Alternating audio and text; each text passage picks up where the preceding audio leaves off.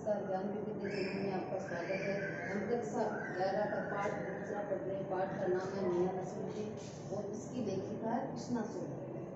तो लेखिका ने मियां नसीरुद्दीन का सब चित्रण किया है कि किस प्रकार से मियां नसीरुद्दीन है वो तरह तरह की रोटियां बनाने में मशहूर है और लेखिका उनसे कई प्रकार के प्रश्न भी करती है और ये मतलब अधिक रहकर हर प्रश्न का जवाब पूरी शालीनता से देते हैं। इस प्रकार इस पाठ में ये चीज सब लेखिका ने उनका सब चित्रण किया है। आज हम इसके प्रश्न उत्तर करते हैं। तो सबसे पहले छोटे वाले प्रश्न की शुरुआत करते हैं। तो प्रश्न नंबर पहला है कि मियां नसीरुद्दीन नान वायु के क्या माने जाते हैं। कि मियां नसीरुद्दीन नान वायु के क्या माने जाते हैं। नान वायु की तरह तरह की रोटियां बनाते हैं। तो इसका उत्तर है कि मियां नसीरुद्दीन नान वायु के मसीहा माने जाते हैं। मसीहा मीन्स भगवान क्या माने जाते थे। मसीहा माने जाते थे। प्रश्न नंबर दूसरा है लेखिका ने दिल्ली के किस बादशाह का सलामत का नाम लिया। वापस बोलती हूँ कि लेखिका ने दिल्ली के किस बादशाह सलामत का नाम लिया। तो इसका उत्तर होगा लेखिका ने दिल्ली के बहादुर शाह जफर का नाम लिया था। अगला प्रश्न है मटिया महल की तरफ से जाने पर लेखिका को क्या लाभ है। मटिया महल की तरफ जाना पड़ा था। ये पाठ में से आया है कि मटिया महल लेखिका गुजर रही थी मटिया महल की तरफ तो उसकी तरफ से गुजरने के समय लेखिका को क्या लाभ हो। तो इसका उत्तर होगा कि मटिया महल की तरफ से जाने पर लेखिका को नान वायु के मसीहा कहलाने वाले मियां नसीरुद्दीन से मिलने का लाभ। किससे मिलने का लाभ हुआ था।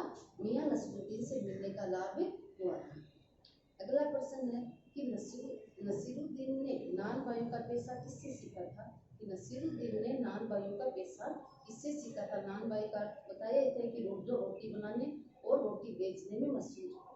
तो इसका उत्तर है कि नसीरुद्दीन ने नान वायु के पेशा अपने पिता से सीखा था क्योंकि ये खानदानी उनका पेशा था। खानदान उनके जो दादा परदादा थे ये रोटियां बनाने के काम करते थे और ये भी कला उन्होंने अपने पिता से या दादा परदादा से सीखी थी। अगला प्रश्न है कि नसीरुद्दीन ने तुनकी रोटी को लेकर क्या बताया। नसीरुद्दीन ने तुनकी रोटी को लेकर क्या बताया। तो इसका उत्तर होगा कि नसीरुद्दीन ने तुनकी रोटी को लेकर बताया कि ये पापड़ से भी अधिक क्या होती है पतली होती है। महीन और पतली होती है। किससे पापड़ से महीन और पतली होती है। अब है 5-5 लाइन वाले प्रश्न। सबसे पहले प्रश्न है कि मियां नसीरुद्दीन को नान वायु का मसीहा क्यों कहा जाता है। मियां नसीरुद्दीन को नान वायु का मसीहा क्यों कहा जाता है। तो इसका उत्तर होगा नान वायु का अर्थ होता है तरह तरह की रोटी बनाने और बेचने का काम करने वाला। जो तरह तरह की रोटी बनाते हैं और बेचने का काम करते हैं उसे क्या कहा जाता है नान वायु। अब मियां नसीरुद्दीन को नान वायु का मसीहा इसलिए कहा गया। हमने प्रश्न ये थे कि नान वायु का मसीहा क्यों कहा जाता है। तो पहले तो नान वायु का अर्थ मैंने बताया कि नान वायु का अर्थ क्या होता है जो तरह तरह की रोटी बनाता है और बेचने का काम करने वाला होता है उसे क्या कहा जाता है नान वायु कहा जाता है। तो मियां नसीरुद्दीन को नान वायु का मसीहा इसलिए कहा गया है क्योंकि खानदानी नान वायु जो मियां नसीरुद्दीन थे वो खानदानी नान वायु थे। उनके पास 56 प्रकार की रोटियां बनाने का हुनर था। वो मतलब कितने प्रकार की रोटियां बना सकते थे। वो 56 प्रकार की रोटियां बनाने उन्होंने ये हुनर अपने पिता से सीखा था। नब्बीस कला ये कला कहाँ से सीखी थी। अपने पिता से सीखी थी जो गडरिया वाले नान वायु के नाम से प्रसिद्ध थे। उनके दादा मियां भी कलन गडरिया मोहल्ले के अकेले ही खानदानी नान वायु थे। मियां नसीरुद्दीन स्वयं रोटी बनाने का एक कला रोटी बनाने को क्या मानते थे कला मानते थे और खुद भी इस कला में का मसीहा भी अंदाज से दे रहे थे इसलिए उन्हें नान वायु का मसीहा कहा गया था। अब है क्योंकि लेखिका के हर प्रश्न का उन्होंने जवाब दिया था। अगला प्रश्न है लेखिका मियां नसीरुद्दीन के पास क्यों गई थी। कि लेखिका थी वो मियां नसीरुद्दीन के पास क्यों गई थी। तो इसका उत्तर होगा लेखिका नान वायु के मसीहा मियां नसीरुद्दीन की रोटी बनाने की कला की जानकारी प्राप्त करने के क्या जानकारी प्राप्त करे क्योंकि वो रोटी बनाने में निपुण थे और लेखिका थी उनकी कला की जानकारी प्राप्त करने के लिए उनके पास गई थी। वे 56 प्रकार की रोटियां खरीदने के बनाना जानते थे। कितने प्रकार की 56 प्रकार की रोटियां बनाते थे और बेचते थे और इस कला में वो निपुण थे। इसलिए लेखिका ने उनकी दुकान से रोटियां खरीदने के बजाय उनकी कला के बारे में जानना ही क्या समझा था उचित समझा था। अगला प्रश्न है, बादशाह के नाम का नाम प्रसंग आते ही लेखिका के बातों में मियां नसरुद्दीन की दिलचस्पी क्यों खत्म हो गई? बादशाह का नाम आते ही लेखिका जो प्रश्न कर रही थी उस प्रश्न में रुचि लेना क्यों कम कर दिया था या उनकी रुचि क्यों खत्म हो गई थी? इसका उत्तर होगा कि बादशाह का नाम का प्रसंग आते ही बादशाह के नाम का प्रसंग आते ही लेखिका की बातों में मियां नसरुद्दीन की दिलचस्पी इसलिए खत्म हो गई थी क्योंकि उन्हें जिस बादशाह सलामत का लेखिका ने जो नाम लिया था उसके बारे में उनको कोई जानकारी नहीं थी, न उन्होंने कभी अपने दादा परदादा से उनके बारे में सुना, न कभी उनके बारे में उन्होंने जानने की कोशिश की थी।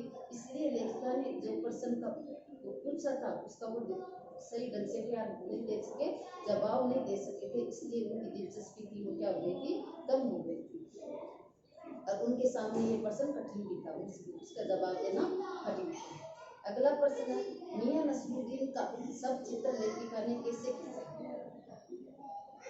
क्या प्रश्न पूछा है कि मियां नसरुद्दीन का सब चित्र लेखिका ने किस प्रकार से खींचा है?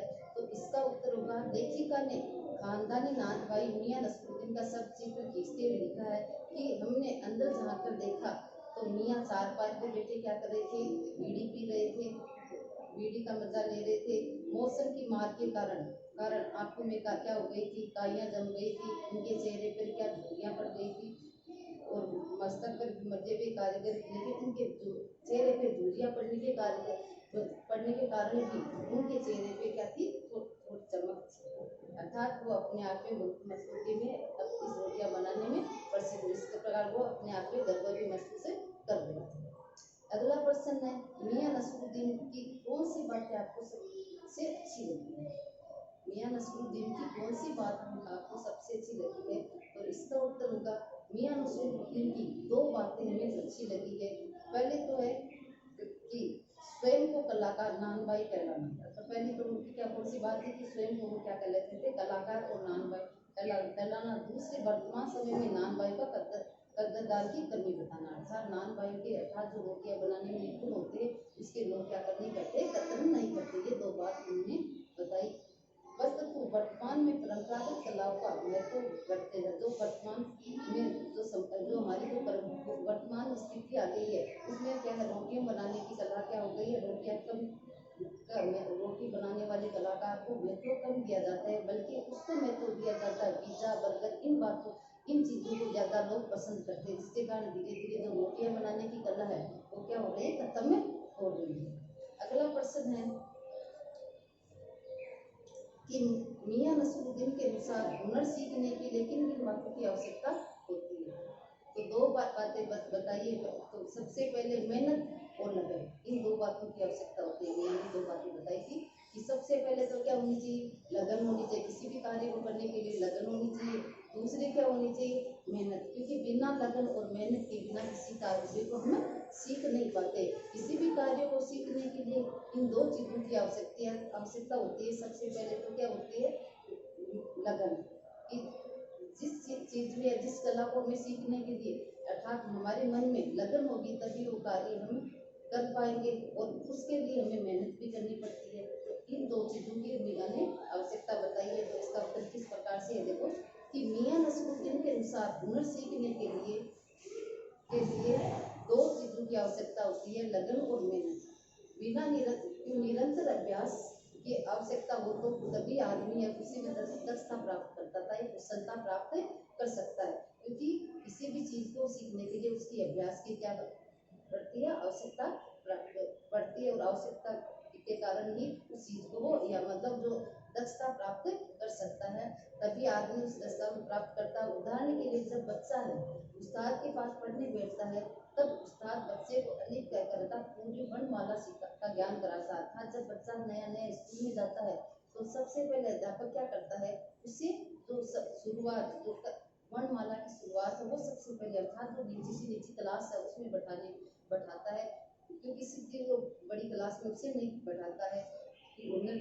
तो सिलसिला होता है, यही बात इसके बारे में स्पष्ट होती है। वही बात क्या होती है, कला के जिस प्रकार विद्यालय में पढ़ने के लिए बच्चा जाता है तो सबसे पहले वो नीची क्लास में फिर धीरे धीरे ऊपर सीढ़ियां चढ़ता, उसी प्रकार किसी भी कला को सीखने के लिए सबसे पहले उसके अंदर अर्थात छोटी सी बातों को जानना जरूरी होता है, फिर ही व्यक्ति होता है उस वो उस पर पूरी तरह से दस्तक या मतवासिकता प्राप्त कर सकता है, या पूरी तरह से निपुणता प्राप्त कर सकता है, ये बात कहना चाहता है। अब है अगला प्रश्न कि नसरुद्दीन की चारित्रिक विशेषता ही बताइए। इसका सबसे पहले उसकी चारित्रिक विशेषता लेखिका ने क्या बताई है? सबसे पहले स्वाभिमानी व्यक्ति, वो अपने आप में स्वाभिमानी व्यक्ति था। तो क्या है कि स्वाभिमानी व्यक्ति में क्या बताया कि नसरुद्दीन खानदानी नानबाई है, उसे अपने पुश्तैनी पेशे को लेकर काफी गर्व है और स्वाभिमान है। उसके पूर्वज बादशाह सलामत के बावर्ची खाने में, बावर्ची तो रसोई घर में खाने पर नानबाई थे, इस बात को भी उसे गर्व से महसूस करता है, अब अपने आप में गर्व भी होता है। दूसरा पेशे से आस्थावान। दूसरा पॉइंट क्या, पहला तो क्या बताया? स्वाभिमान या गर्व महसूस करना, अपने आप पे गर्व महसूस करना। दूसरा पेशे से आस्थावान, और इसमें क्या है कि नसरुद्दीन अपने पेशे को पुश्तैनी मानकर उस पर आस्था रखता है, अपने पेशे से कला को दर्जा भी देता और करके सीखने के असली हुनर मानता है, और जो भी कला सीखना है उसको करके सीखना ही सबसे बड़ा हुनर वो मानता है। तीसरा है बड़बोला स्वभाव, जो भी कहते तो मतलब जो भी कहता स्पष्ट करने वाला बड़बोला। नसरुद्दीन स्वयं को बहुत बड़ा कलाकार, अपने आप को गर्व भी था कि और अपने आप को क्या मानता था? कलाकार भी मानता था, बड़ा कलाकार भी मानता था। तो क्या बताया? बड़बोला स्वभाव। नसरुद्दीन स्वयं को बहुत बड़ा कलाकार और नानबाइयों का क्या मानता था? मसीहा मानता था। वह अपने परिवार के बुजुर्गों की बड़ाई गप्पे हाँकता था और अपना बड़े से बड़ा बोलापन भी व्यक्त करता। तो वो क्या है, अपने छोटी सी बात को वो बड़ा चढ़ा कर भी वो कहते थे, अपने परिवार पे वे अपने आप को गर्व भी करते, उन्होंने अपने जो उनका जो पेशा था उस पर अपने आप को से उनको गर्व भी इस प्रकार से। पर अगला पॉइंट है इसमें परंपरावादी। नसरुद्दीन पुरानी परंपराओं का, बहुत पुराने जमाने का समर्थन करता था। जो नसरुद्दीन था पुरानी परंपराओं और पुराने जमाने का समर्थन करता था, नए जमाने का क्योंकि पुराने जमाने में थी वो रोटियों की को महत्व दिया जाता था। आज के जमाने में क्या है, जो पिज्जा बर्गर इनको महत्व दिया जाता है, इसलिए वो पुराने परंपरावादी थे। वो पुरानी परंपराओं पर विश्वास को ज्यादा महत्व देते थे, वो समर्थन करते थे, क्योंकि जमाने को लेकर अपनी व्याकुलता भी, और इसलिए वो अपने जो नए जमाना था उसको लेकर वो अपनी व्याकुलता भी प्रकट